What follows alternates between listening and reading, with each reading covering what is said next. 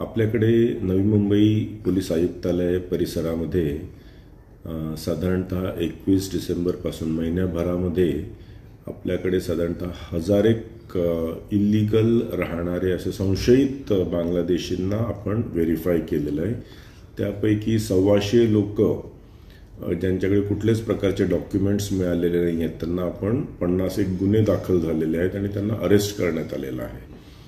या व्यतिरिक्त 300 साधारणतः लोकांनी जे डॉक्युमेंट सबमिट केलेले आहेत ते संशयास्पद वाटल्यामुळे आपण त्यांनी जो मूळ जिल्हा क्लेम केलेला आहे, मोस्टली पश्चिम बंगालमधलेच जिल्हे क्लेम केलेले आहेत, तर त्या ठिकाणी व्हेरिफिकेशनला पाठवलेले आहेत।